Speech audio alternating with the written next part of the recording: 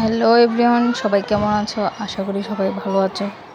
আজ আমি তোমাদের সাথে শেয়ার করতে যাচ্ছি আজ সারাদিন আমাদের কীভাবে কাটলো সেই নিয়ে। তো আমি সকাল সকাল উঠে একটু পায়েস রান্না করলাম। এটাকে অবশ্য পায়েস বলা হয় না, চষি বলা হয়।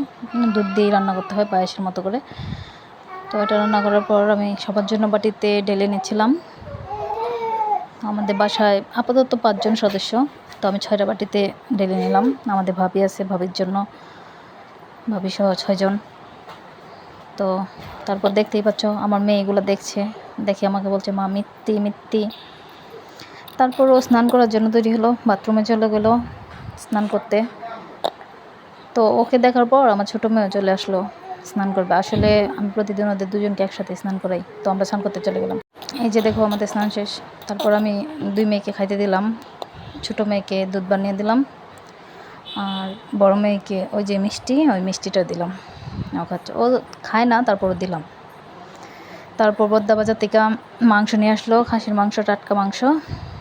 তারপর বদ্দাটা ধুয়ে লাগলো, রান্না করার জন্য প্রস্তুত করা হচ্ছে। তো মাংস রান্না করতে যা যা মশলা লাগে তাই দেওয়া হচ্ছে। পেঁয়াজ বাটা, আদা বাটা, রসুন বাটা, জিরা বাটা, ধনে গুঁড়া, হলুদ মরিচের গুঁড়া, লবণ, তেল, তেজপাতা, পেঁয়াজ সবগুলো দিয়ে একসাথে ভালো করে মাখায় নেবে।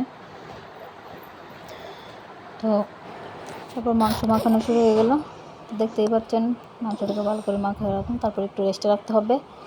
এই যে দেখুন একটু রেস্টে রাখা হলো। তো ওই ফাঁকে বদ্দি একটু ডাল চচ্চড়ি করে নিল।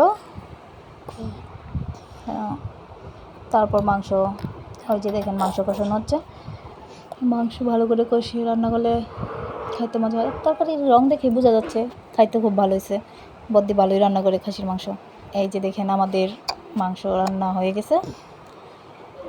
তারপর পোলাও রান্না করলো, আর ওই যে মিষ্টি লাউ ভাজা, সালাদ তো দেখতেই পাচ্ছেন, লেবু, শসা, আর এই যে ডাল চচ্চড়ি। আজকে আমাদের এই মেনু ছিল, এই পর্যন্তই। তো তারপর সবাই একসাথে খাইতে বসলাম, সবাই একসাথে খাইলাম। ওই যে দেখতে পাচ্ছেন স্প্রাইট তো থাকবেই। খাওয়া শেষে ওদেরকে নিয়ে একটু ঘুরতে বেরিয়েছিল, ওখানে কয়েকটা ছবি তোলা হয়েছিল। ওই যে দেখতেই পাচ্ছেন, ছবিগুলো তেমন ভালো হয় না, তারপর আপনাদের সাথে শেয়ার করলাম। তো তারপর আর কি বলবো, আজ এই পর্যন্তই। সবাই ভালো থাকবেন, আর আমার ভিডিওটা ভালো লাগলে সবাই লাইক, কমেন্ট অ্যান্ড শেয়ার করবেন, অ্যান্ড আমার চ্যানেলটা সাবস্ক্রাইব করে দিবেন। এইটুকুই,